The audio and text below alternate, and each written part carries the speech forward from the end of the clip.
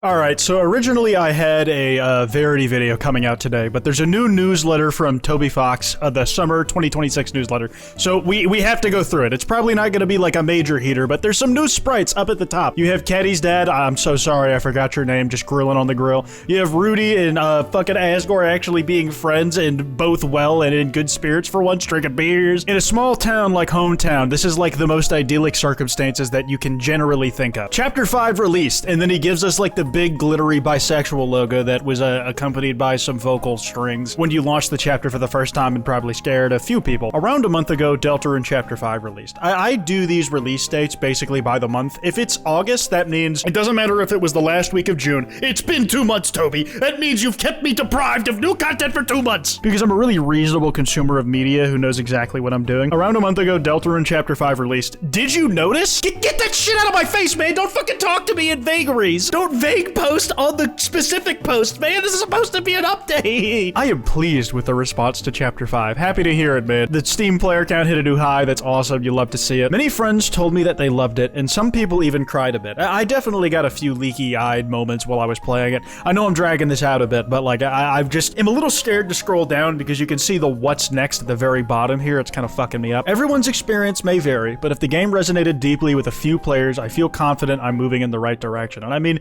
as a creative, that's kind of like what you have to do. There's always going to be people who dislike it. If there's like a base big enough that allows you to continue doing what you're doing, that's fucking awesome, man. The thing is, I think like on the whole, especially with at least a month to pass for people to sit on it, people are pretty happy with Chapter 5. I certainly am. It's like between Chapter 4 and 5, of which is my favorite. It's easily the most fun to play. It's not even close. Now that it's been a bit, I have a lot of info and concept art about Chapter 5 to share, so please click here to check it out. Oh fuck, Chapter 5. Yo, oh, fuck, wait, this is all the stuff. We're gonna do what's next first. Dude, the caca with the Christmas hat, that rocks! Chapter 5 was a really fun chapter, and with that last big burst of craziness out of the way, I'm sure everybody is eager for Deltarune to start directly tackling the main mysteries of the game. Me too! Oh my god, dude, I did not wake up today thinking that we were getting fucking news. Oh god, I've been like writing a Zach D film script all fucking day. This rocks. With Chapter 5, we completed the last of the necessary setup for 6 and 7. I'm not doing the motion, please die. From Chapter 6 onward, there are no more wacky, silly adventures, and you will begin to see the results of the setup that has been made so far.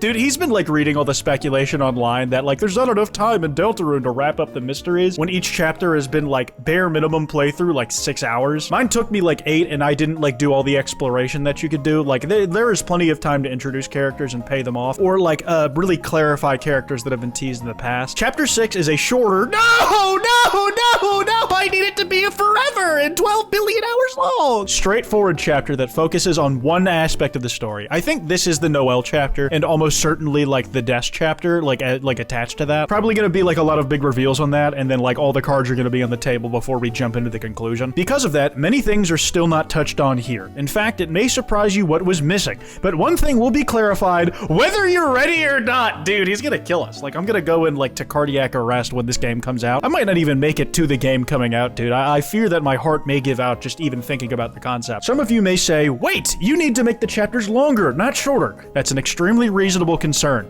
But Chapter 6, like if it's a shorter chapter, like that makes sense, and if it's like very direct, I think there's gonna be like a lot of meat to chew on in the main story that like is gonna be enough for me to like get tided over. The thing is, I'm just a fucking fiend, like I'm not a reasonable consumer. In direct contradiction with the shit that I was saying earlier. By the end of Chapter 7, I'm 100% sure you'll understand why I feel confident about the way I'm telling the story. Don't worry about the pacing until it's over. Dude, he's flexing on something. He's like doing a little money spread. Like he's telling us, listen, you're not writing the fucking game. And I am. I know what the fuck I'm doing, dipshit.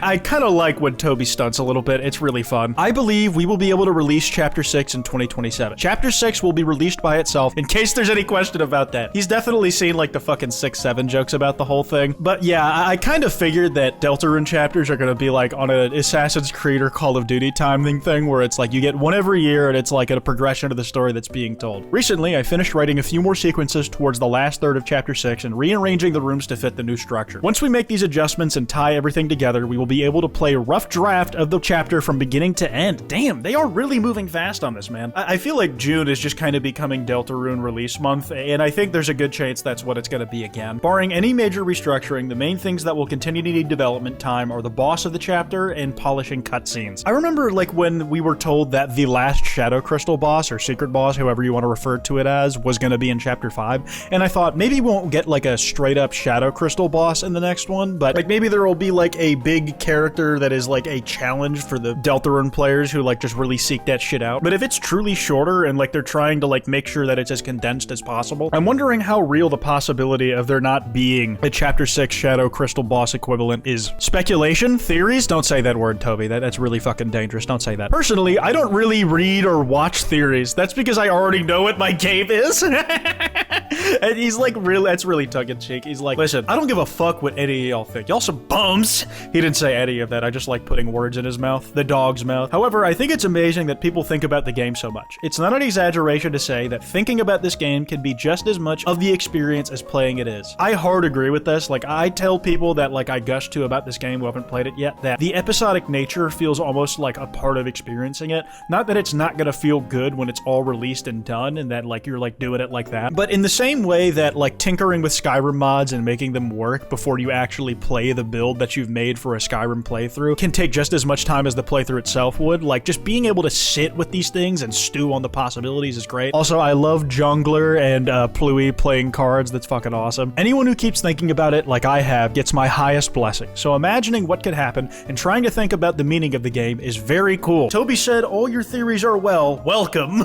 However, I do think it's important to mention, sometimes you don't have all the information, or I had a different expectation about how certain info would be interpreted or combined. You know, he's doing a lot more talking about like how the community discusses the game than I thought that he would in any of these updates. Like this, I could be hallucinating connections here, but you know, there's like discourse that shows up on my Twitter timeline that I scroll past as fast as I fucking can that mirrors some of this, but ultimately it's like theorizing is fun and being wrong is part of the fun. It's like almost an encapsulation of the era of the game that it was created in, and I think that you should be as fucking batshit about it as you want to be with the information that you currently have, because you'll probably look back on those as fond memories of the time. Like, people do that with chapter 1 and 2 already. Anyway, while I think it's good to keep an open mind as to what will ultimately happen, I want to say that you guys should keep having as much fun as you can. Bingo! Bingo! Real and true. The speculative art, stories, and theories that you come up with while the game is still ongoing will forever be special. This is what I just said. I didn't even read this far. This is my first reaction to the newsletter, man. This feels just good. I feel it in my soul. Because this is the only time such things can ever be created. Like, genuinely, there is like a goodbye due date on this. If you want to speculate, there's maybe like 1-2 more years of ambiguity that the plot of Deltarune is going to be in. Maybe people can make retroactive theories about what it all means when they have all the information,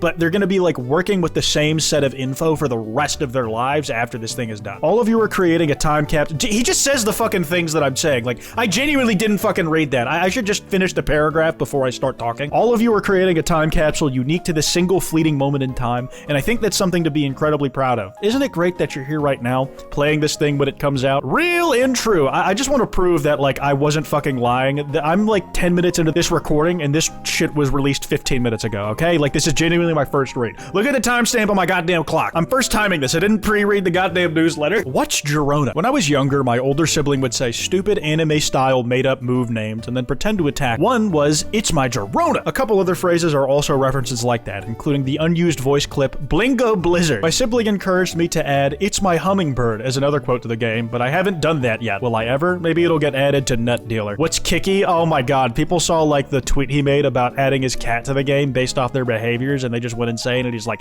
I need to address this. Kiki is my cat that won't shut up. She gets incredibly noisy every second you don't play with her. She watched her room on TV and didn't understand it was her. She's like if a cat's brain was put into a cat's body. The song in the room is the song that I sing to her every day because I love her. It's not fan service for you, but it's a Kiki service for her, even though she doesn't like it. She's bothering me right now. That is the cutest shit ever, because this is like the most cat owner thing you could ever do. I sneak little smoke references into pretty much everything I make all the fucking time. Whether it's just like her wandering in the background of footage, or just like me like having a thought that she inspired the other day, it rocks. I wonder if this is rotoscoped from his cat. I kind of hope it was. New merch, Fangamer released some of the clip-on plushies. I hope they do some more of the flowers soon. Anything else? I desire and enjoy the corn. Happy summer and enjoy the corn? fucking stole my joy immediately. Well, that's what it is. Okay. I do want to look at like the chapter 5 behind the scenes stuff, at least skim it. This is like how we envisioned the Flower King Dark World originally. 2 parallax layers, like yeah, it's like moving like kind of separately of each other, which we see in the final game. The hue shift, I don't think I ever got this dramatic of like one of the suns showing up in my first playthrough. Let's talk about chapter 5. Before its release, I described chapter 5 as a fun chapter. Hopefully everyone understands what I meant by that, which is that it is fun. Very real and true. I think of all the chapters in the game, it is like the most just raw, fun gameplay experience. It's so varied, it's so well paced between its different gameplay styles, and I am reminded every day that I suck dog shit at platformers. There aren't any more chapters where we focus on goofy, attention-hungry Darkner characters with the potential to win weird popularity contests. I don't write it off too soon, man. Maybe like there's like one more Tumblr sexy man in this game. Thinking about the structure of the story, I think it was the perfect spot to do it one more time. Even though it's only been 4 chapters since chapter 1, I can count. I can do that, Toby. I wanted chapter 5 to feel like a mix of nostalgic fun mixed with new, unforeseen concepts. Music from chapter 1 of Deltarune, characters that reference concepts from Undertale, etc. As for the new elements, this time we added a platforming system where you can jump around, attack, and act. Development started in October 2021. Damn, like that was like the month that chapter 2 released. So like they really were planning on releasing chapters 3 through 5 like as like a big package, and it just didn't work out. With on and off programming by Onidev, creator of games such as Trespass. Eventually, towards the end of chapter 4, other members of the team were then able to take Andy's prototype and develop it further. Yeah, just beating the fuck out of something. It's so cool to see like behind the scenes stuff, man. I don't know, like I'm not a game dev by any means, but I love the process. My Twitter feed is just filled with like prototypes people are doing, and I love like these like really hand-drawn sprites people are making. As usual, we created tons of prototypes. There were a few design challenges with the system. I feel happy about its implementation, but here are some things we were concerned about. This is an RPG game with a focus on character interaction. If it turns into an action platformer, it carries the risk of the player feeling like, why am I playing a fucking knockoff of Hollow Knight? Instead of feeling like they're playing Deltarune. I remember a lot of people saying they were playing Hollowrune, which I think is actually the name of an AU. I don't remember. Or Delta Knight. It's just kind of funny. To inject unique character-based elements, the platforming axe system was developed in October 2024. It's like relatively recent. A large amount of acts were considered for each character, but ultimately we found it more intuitive just to have Hanging with Ralsei and Rude Buster with Susie. Yeah, keep it simple and kind of like in character for things that we've seen Susie and Ralsei already do. I fuck with that. I'm just gonna kind of look at concept art because like we could be here for a minute looking like at all the prototypes and reading through everything. I always love seeing like the little Chris doodles that they do of like a character in an actual environment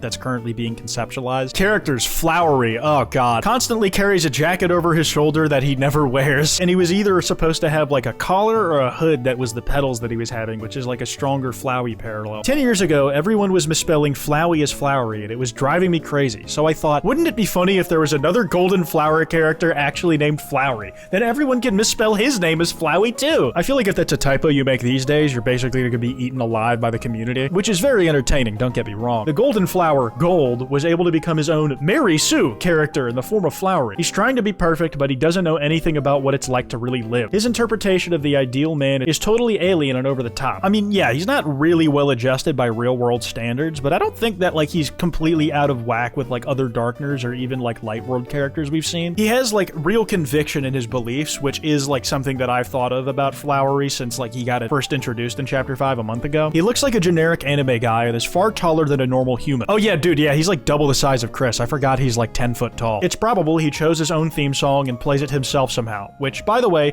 is basically a crappy, misremembered version of only 8 seconds of the Full House theme song. Dude, wait, no, that's like literally a thing people fucking picked up on. That's awesome. And he must think this is awesome. You can think of the other flower characters in a similar fashion. Their designs may be strange, but that's because they had to decide who they wanted to be for themselves. They didn't have no genome to figure it out and just fucking tell them, like, this is what you look like in a mirror, dipshit. I wonder what inspired each of their dreams. It's not really important, to be honest, but it's fun to think about. Yep, fucking fanfic fodder for days, man. Here's some concept art from Toko Yatabe of Studio Kara. Kara! The animation. Her early concept art for the animation determined Flowery's final outfit. Big fan of this, like the tree trunk brown and then the leaf green over here. Not a Pokemon reference, fuck you. He has different appearances in different situations. I like when characters have an inconsistent design, especially for a character like him. Maybe the inconsistency is his fault. Here's some concept art of the other flowers. We have like Aqua over here, like with the alt hair and and like the knives and shit. I didn't have any trouble drawing her. She obviously is inspired by Toho. Yeah, a lot of people I know picked up on that. The other day I talked to someone and they didn't know what Toho was, so I was like, Bad Apple? And they were like, huh, I thought that was a Hatsune Miku thing. And it's not even sung by them. Yeah, every Vocaloid is just Miku to like the layman, when in reality the actual layman doesn't even know who Miku is. We've seen this Seth fan art where he's like doing some fucking burger pants ass faces. The character Seth is inspired by the character named Seth from Illusion of Gaia. No, I never would have guessed. I'm gonna pull that up just so you guys know how obvious this was. This is Seth from Illusion of Gaia. Like, it's so odd, like on the nose, it's kind of awesome. Green's appearance is inspired by the art style of my friend Splendid Lad, who designed Hacker, Ambulance, and a couple other great guides. She didn't even know about this character until the game came out. That's fucking hilarious, dude. They like just siloing off bits of Deltarune information like they're in a government agency. There's layers of redundancy of who gets to know what. It was hard to express the joy of her expression in such a small sprite. Look at her. Anyways, it was important to have one of the characters be a mouse to make it absurdly obvious how distorted their idea of humanity is. Yeah, I guess that like checks out when I have it explained to me. I still hate this fucker, but like in like a fun sense, not in like I hate how she's written. I actually have come around on her quite a bit as like just a little guy who I enjoy. Okay, yellow. I want to hear the design inspirations for this like crazy. We have this 2016 design that's the older one where he had some facial hair. I still see people draw with him with that in the fan art. Gun shooting poses, very tall, and he can get taller. And he's actually looks like this, just a genuine fucking brick. Looks like Woody. There's like two possible jokes that could come from this. It's like he looks like Clover Undertale Yellow, or he looks like Woody from Toy Story. He had two designs. The early one from October 2016, he had a beard. It was a cool collected guy. Then I redrew him in January 2020. He takes inspiration from Woody from Toy Story and foreshadowed in Chapter 3 with some bath curtains. You know, that makes sense that he was foreshadowed like that, but I still have no idea who is actually behind the bath curtains because it couldn't have literally been yellow. I think that's kind of the full extent of the intentional cowboy foreshadowing I've done in my life. Woody Theory found dead in a fucking ditch. Spooky Dude's career has been mutilated. Blue, in the game, he has a different hairstyle during his face sprite. I thought it would be fun to provide multiple possibilities for what he looks like. I quite like the final look of it all. Like, I think the pedal skirt is inspired and like fits with like the ballerina dancer of it all. I had two guest artists on this chapter to design enemies. Nell Knoll, who designed 4 enemies for the chapter, but only 2 of them were used. Like, Nell Knoll did share the designs they made on Twitter earlier this year. And I believe this sprite and like the Mantis Dancer do appear as like just NPCs in like one of the optional rooms, which is pretty cool. Hitoshi Ariga is a Japanese artist who's most well known for drawing the manga Rockman Megamix. Damn! Designing a number of Pokemon, included the recently beloved Sneasler, Fluttermane, and Ogerpon. Did you know he also drew the character sprites for many classic games, including Illusion of Gaia? Yeah, just fucking like nabbed this guy and it's like, hey, I know you worked in a game who I stole a guy from. Do you want to make an original guy? He drew a fox character and then I made some modifications. Yeah, closer to like a more traditional looking animal as opposed to a tree. By the way, he and his family are immensely awesome and kind people. Fuck yeah. Guest musician. Garden of Hopes and Dreams was from Insane in the Rain. Hard to believe it. This guy was a kid when he made his first Undertale jazz album. I'm super glad to be able to feature him in the game. Rakuichi. I originally featured his music in an earlier trailer for Deltarune, but as long as we were featuring a fancy version of Field of Hopes and Dreams, I wanted to make the battle theme fancy too. Yeah, it kind of like reverts back, not reverts back, but like uses different tracks when you're not in that opening area. And then Camellia, holy shit, dude, absolutely cooked on this shit. For this song, I arranged a demo of the first dozen seconds and sent that along a few minutes of me playing that piano and singing. I also provided a text description of each part. Camellia did all the actual work beyond that. I was always curious how much of each of the tracks that Toby and Camellia worked on together were one or the other, but like, Camellia is fucking cracked, man. It is ridiculous how good they are at this shit. Anyway, the chiptune demo I gave him was originally just the first 6 seconds of this plus the melody, but I added some more just now to make it worth listening to. Let's hear this.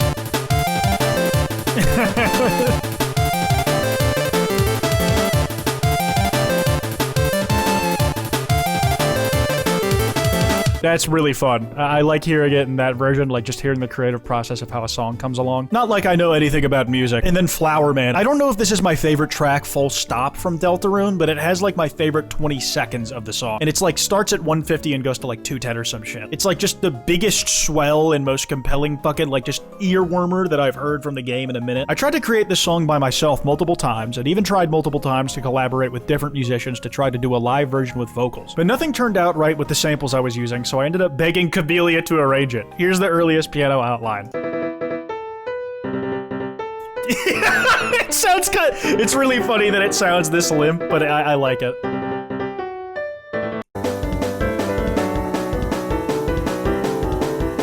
Yeah, and you know, it makes sense to make this like really bare bones outline before you like add all the fancy instruments. Like you just like know how the melodies go. But I think if this was the first version of the song I heard, I just wouldn't have liked it as much. But like the outline really does have all the pieces in there. Like it's all the notes where I remember them. Like that in the background. Like that's the bit that like just tickles me the most when I hear it. I think I'm in love / the Deltarune logo from Itoki Hana. I made an outline of the song, she arranged it, then I mixed it back together with my own instruments. Also for the logo, it was inspired by the Sailor Moon R eye catch. Cool. Guest artist, the creator of Fields of Mystria, Claire, drew Pink's talking sprites and basic overworld sprites for Chapter 5. She's a great friend that encouraged me immensely to complete Undertale, so I'm super happy I got to work with her. Fuck yeah. Okay, thanks. And then concept from like Eiffel art on just like the dunk tank during the festival. That's great, man. Dude, I fucking love these newsletters. It's like a shot in the arm whenever I get to see one. I guess all I can say is check out the full newsletter if you want to get all the deets that I kind of skimmed over. Be sure to follow me on Twitter with a Y. That email's in the description if you guys want to send me any video topics. Be sure to drop a like and subscribe with notifications on. Anyways, piss off.